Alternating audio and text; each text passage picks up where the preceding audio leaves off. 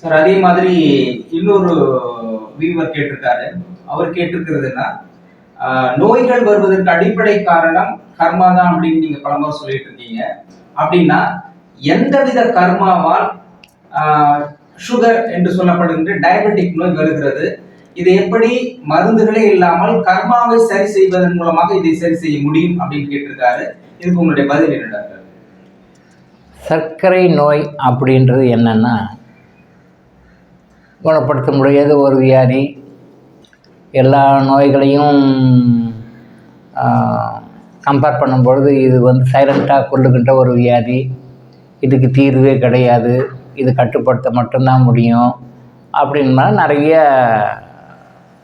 Myths உலகத்தில் இருக்குது. ஆங்கில முறை மருத்துவம் அதை தான் சொல்லுது. மற்ற முறை மருத்துவர்களும் அதுதான் சரின்ற மாதிரி சொல்லிகிட்டு இருக்காங்க. இனிப்பு சாப்பிடக்கூடாது, நிறைய ரெஸ்ட்ரிக்ஷன்ஸோடு இருக்கணும், வாக்கிங் போகணும், நிறைய விஷயங்கள் இருக்குது. உங்களுக்கு தெரியும் மார்க்கெட்டில் என்னென்ன சொல்கிறாங்க அப்படின்னு எல்லாமே தெரியும், நீங்கள் பார்த்து தான் இருக்கீங்க.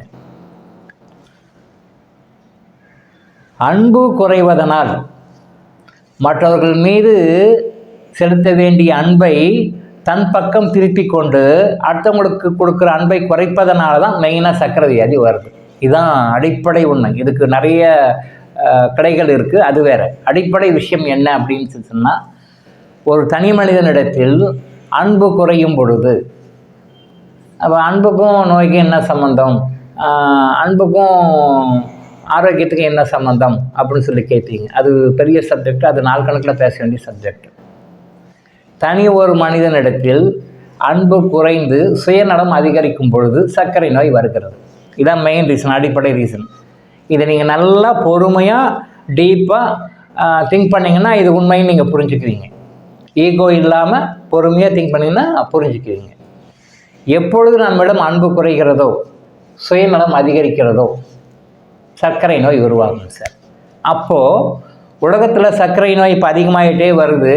நாளுக்கு நாள் சர்க்கரை நோய் வந்து எல்லா இடத்துலையுமே இருந்துக்கிட்டே இருக்குது. அப்படின்னா இது எதை குறிக்கிறது?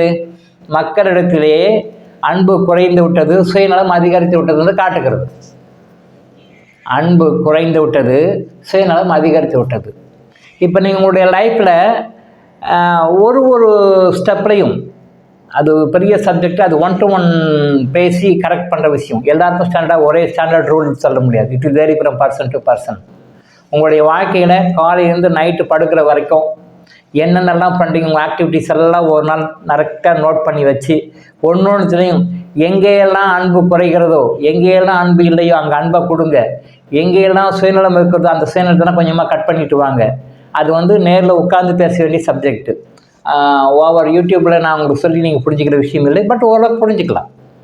அப்போது அன்பை எங்கெல்லாம் செலுத்த முடியுமோ அங்கே செலுத்தி, எங்கே வந்து சுயநலத்தை குறைத்து கொள்ள முடியுமோ அங்கெல்லாம் குறைச்சிக்கிட்டே நீங்கள் வந்து பாருங்கள். மருந்தே இல்லாமல் உங்களுக்கு சர்க்கரை வியாதி குணமாகும். செஞ்சு பாருங்கள். இன்றைக்கி யாரும் செய்யறது இல்லை. என்ன பண்ணுறாங்க? மெடிசன் சாப்பிடவா, டேப்லெட் போட்டுக்கவா, இன்ஜெக்ஷன் போட்டுக்கவா, வேறு என்ன மாதிரி பண்ணலாம் அப்படின்னு சொல்லி பார்த்தாங்கன்னா, அதிகபட்சம் போனால் நான் வாக்கிங் போகவா, யோகாசனம் பண்ணவா, பிராணாயாமம் பண்ணவா அப்படின்ற மாதிரி அடுத்த ஸ்டெப்பில் அப்படியே வருவாங்க. இது எல்லாமே பண்ணலாம், தப்பு கிடையாது, அதெல்லாம் எதுவும் தப்பு சொல்ல வரல. ஆனால் நீங்கள் வந்து அன்பு இல்லாமல் சுயநலத்தோட யோகாசனம் பண்ணாலும் அது பலன் கிடைக்காது. நீங்கள் அன்பு இல்லாமல் சுயநலத்தோட வாக்கிங் போனாலும் பலன் கிடைக்காது. வாக்கிங் தான் போயிட்டுருக்காங்க, சுகர் அப்பயும் ஷூட்டப் ஆகுதே.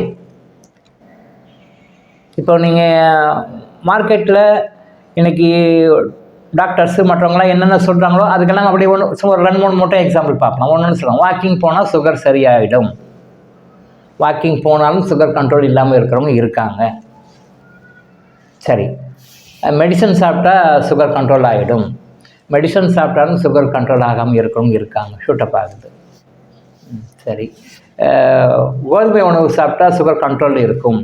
கோதுமை உணவு சாப்பிட்றவங்களுக்கும் சுகர் வருது. சரி, அரிசி உணவு சாப்பிட்றத குறைச்சிட்டினா சுகர் கண்ட்ரோலில் வரும். அரிசி உணவே சாப்பிடாமல் மற்ற சிறுதானிய உணவுகள் சாப்பிட்றவங்களுக்கும் சுகர் இருக்குது. என்ன சொல்லுவீங்க? இப்போ நீங்கள் என்ன சொன்னாலும் அதுக்கு ஒரு கான்ட்ரவர்சியாக நீங்கள் ப்ராக்டிக்கலாக பார்த்தா நான் சொல்ல வேணாம், நீங்களே பார்க்கலாம். கோதுமை சாப்பிட்டா சக்கரை வியாதி வராதுன்னா அப்புறம் நான் கோதுமையே சாப்பிட்ற நார்த் இந்தியன்ஸ்க்கு சுகர் வருதே. அரிசி சாப்பிட்டா சக்கரை வரும் அப்படின்னு சொன்னால் அரிசி சாப்பிடக்கூட மக்களுக்கு சுகர் இல்லாமல் இருக்குது, அரிசி சாப்பிட்றவங்களுக்கும் சுகர் இருக்கு. இது எப்படி சொல்லுவீங்க? அப்போ அரிசியை காரணம் காட்டக்கூடாது, கோதுமை காரணம் காட்ட முடியாது. இப்போ வாக்கிங் போனால் சுகர் சரியாயிடும், வாக்கிங் போகிறவங்களுக்கு சுகர் ஷூட்டை பார்க்குது, என்ன சொல்லுவீங்க? சரி, ஓகே. மாத்திரை சாப்பிட்டா சரியாயிடும், வருஷக்கணக்கில் மாத்திரை சாப்பிட்றாங்க, சுகர் சரியாக போகலையே. Volume of the medicine, power of the medicine வந்து இன்க்ரீஸ் ஆகிட்டே தானே போகுது. சரி, ஓகே. இன்சுலின் போட்டால் சரியாயிடும், இன்சுலின் போட்டாலும் கண்ட்ரோலுக்கு வரலையே. ஒரு இன்ஜெக்ஷன் போடுறாங்க, 2 இன்ஜெக்ஷன் போடுறாங்க, 3 இன்ஜெக்ஷன் போடுறாங்க, அப்புறம் டெய்லி போடணுன்றாங்க, டெய்லி ட்வைஸு அப்படி quantity of the insulin input வந்து அதிகமாகிட்டு தானே போகுது, சுகர் சரியாகலையே. இப்படி நீங்கள் சொன்னால் நான் பேசிட்டே இருக்கலாம், இன்னைக்கு விடிய பேசிட்டே இருக்கலாம். நான் அன்புன்ற விஷயத்தை பற்றி யாரும் பேசுறதில்லை. இது எந்த ஸ்கூல்லையும் சொல்லிக் கொடுக்கறதில்லை, எந்த காலேஜ்லையும் சொல்லிக் கொடுக்கறதில்லை, எந்த யூனிவர்சிட்டியும் சொல்லிக் கொடுக்கறதில்லை, எந்த ரீசர்ச் இன்ஸ்டியூட்லையும் இதை பற்றி பேசுறது கிடையாது. அன்பே கடவுள்னு சொல்கிறோம், கடவுளே அன்புன்னு சொல்கிறோம், அன்பே சிவம்னு சொல்கிறோம். நல்லா பேச்சு தான், வாய் வார்த்தை தான், செயல்முறையில் கொண்டு வரதில்லை.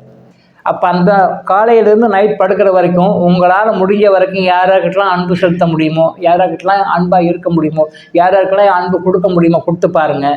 உங்கள்கிட்ட இருக்கிற அந்த வெறுப்பு, கோபம், ஆத்திரம், இந்த மாதிரி இருக்கிற நெகட்டிவ் எமோஷன்ஸ் எல்லாம் அவாய்ட் பண்ணிவிட்டு அவங்கள மன்னித்து, தப்பே பண்ணியிருந்தால் கூட அவங்க மன்னித்து அந்த மைண்டில் அன்பை உருவாக்கி வெறுப்பை வெளியே தள்ளுங்க, அன்பை உள்ளே கொடுங்க. உங்களுக்கு சுகர் சரியாக போகுதா இல்லை நீங்கள் பாருங்கள், டெஸ்ட் பண்ணி பாருங்கள். மருந்தெல்லாம் ஓரம் கட்டிடுங்க. நீங்கள் மருந்தை சாப்பிட்டுக்கிட்டு அடுத்தவங்க மேலே கோபமும், ஆத்திரமும், வெறியும், பகை உணர்ச்சியும் வச்சுக்கிட்டு நீங்கள் எந்த யோகாசனம் பண்ணாலும், எந்த வாக்கிங் போனாலும், என்ன பண்ணாலும் ஒர்க் அவுட் ஆகாது. இதெல்லாம் கூட அடிஷனல் சப்போர்ட்டு தான். ஸோ அப்போ அந்த அன்பை எப்படி கொடுக்கறது, அது அன்பை எப்படி வாங்குறது, அன்பை கொடுக்கவும் தெரியல, அன்பை வாங்கவும் தெரியல, அன்பை மெயின்டைன் பண்ணுறதுக்கும் தெரியல. இந்த அன்பை வந்து நீங்கள் சரியாக கொண்டு வராத வரைக்கும், உங்கள் பாடியில் கொண்டு வராத வரைக்கும், நீங்கள் அன்பை மட்டும் கொடுக்காத வரைக்கும் நீங்கள் எந்த நோயிலிருந்தும் முழுமையாக குணமாக முடியாது. சேலஞ்ச் பண்ணி சொன்னால் எழுதி வச்சுக்கோங்க. நீங்கள் அமெரிக்காவுக்கு போனாலும் சரி, ஆப்பிரிக்காவுக்கு போனாலும் சரி, இல்லை சுக்கிரனில் போயிட்டு செவ்வாயில் போயிட்டு நான் ட்ரீட்மெண்ட் எடுக்கிறனாலும் சரி, அந்த நோயிலிருந்து வெளியே வரவே முடியாது. ஸோ நோய் குணமாக்குவதற்கு அடிப்படையான காரணம் வந்து சுயநலம் அதிகமாவதும் அன்பு குறைவதும் தான். ரெண்டும் ஒன்று தான். அன்பு குறைஞ்சதுன்னா அங்கே சுயநலம் அதிகமாகும். கொஞ்சம் சென்சிட்டிவாக பார்த்தீங்கன்னா ரெண்டும் ஒன்று தான். அன்பு குறையும் பொழுது சுயநலம் அதிகமாகும், சுயநலம் அதிகமாகும் பொழுது அன்பு குறையும். இதுதான் சிம்பிள். கொஞ்சம் நல்லா நோட் பண்ணி பார்த்தீங்கன்னா புரியும்.